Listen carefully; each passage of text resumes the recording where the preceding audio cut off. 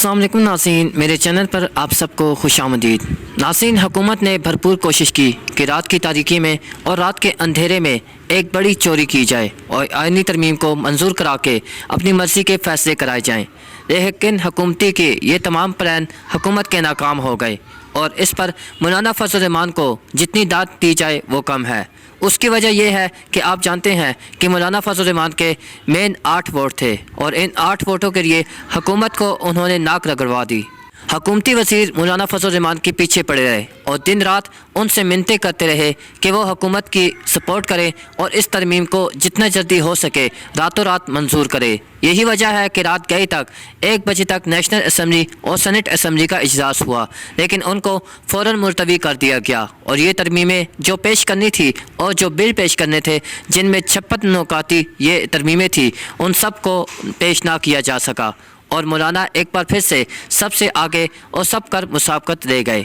جبکہ اسد کیسر نے آج قومی اسمبلی میں سپیچ کی اور انہوں نے حکومت پر وار کیا، انہوں نے حکومت کو آڑے ہاتھوں لے لیا۔ ان کا یہ کہنا تھا کہ جب حکومت کے پاس کوئی ترمیمی بل اس شکل یعنی کہ ان کے پاس جو بھی ترمیمی بل ہے وہ پیپر کی فارم میں نہیں تھا تو یہ سب ہوا میں باتیں کر رہے تھے، اور جب ہوا میں باتیں کر رہے تھے اس کا مطلب ہے کہ حکومت راتوں رات چوری کرنا چاہتی تھی اور عوام کا مینڈیٹ اور اس کے علاوہ جو عدالتی کارروائی ہے ان پر ڈاکہ کرنے جا رہے تھے، جس پر اسد کیسر کا یہ کہنا تھا کہ ہم ان کو نہیں چھوڑیں گے اور پی ٹی آئی ہمیشہ سے مخالفت کرے گی۔ ایسی کوئی بھی ترمیم اگر پیش کی جاتی ہے تو پی ٹی آئی حکومت کا سپورٹ نہیں کرے گی، تو اس سے پہلے حکومت کو چاہیے کہ وہ پی ٹی آئی کو جو بھی مسودہ لے کر آنا چاہتی ہے وہ مسودہ حکومت پی ٹی آئی کو دکھائے، اس کے بعد ہی اتفاق رائے ہوگا کہ پی ٹی آئی اس پہ سپورٹ کرے یا نہ کرے، تو اس کے بعد جو بھی ہوگا وہ فیصلہ کیا جائے گا۔ اور یہ کام اتنا آسان نہیں ہے جس طرح حکومت، جبکہ انہوں نے حکومت کو وارننگ جاری کر دی۔ ان کا یہ کہنا تھا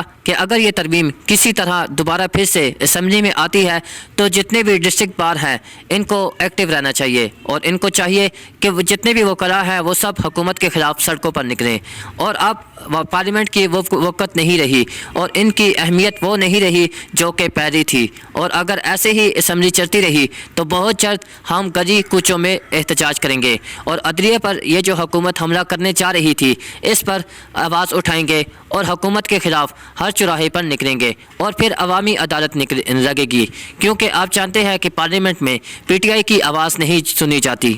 اور اعظم نصیر تاڑر ایک اچھے وکیل ہیں اور ان کو وہ اچھی طرح جانتے ہیں۔ اسد کیسر کا یہ کہنا تھا کہ جب اعظم نصیر تاڑر کے پاس کوئی مسودہ نہیں تھا تو وہ کس طرح یہ بات کر رہے تھے، ہر کسی کو وہ اپنی مرضی کی ترمیم بتا رہے تھے، تو ہوا میں یہ سب باتیں کی جا رہی تھی۔ اور انہوں نے آخر میں مولانا فضل الرحمان کو خراج تحسین پیش کیا، کیونکہ مولانا فضل الرحمان نے وہ کام کیا ہے جس سے حکومت چاہتی اور حکومت نے کوشش بھی کی تو اس پہ ترمیم منظور کرا سکتی تھی، لیکن مولانا نے اس پر بڑا کام کیا اور ہر آفر کو ٹھکرا دیا۔ جبکہ دوسری جانب فیصل واڈا جو کہ سینیٹر ہے، ان سے یہ سوال کیا گیا کہ آپ اس ترمیم پر کیا کہیں گے، جس پر فیصل واڈا کا یہ کہنا تھا کہ حکومت نااہل اور نکمی ہو چکی ہے۔ ہفتے اور اتوار کو حکومت نے بھرپور کوشش کی اور اتنی جدوجہد کے بعد بھی اگر حکومت ناکام ہو گئی ہے تو اس کا مطلب ہے یہ حکومت بالکل نااہل ہے۔ اس کے علاوہ ان سے یہ سوال بھی کیا گیا کہ مولانا فضل الرحمان کے بارے میں آپ کیا کہیں گے،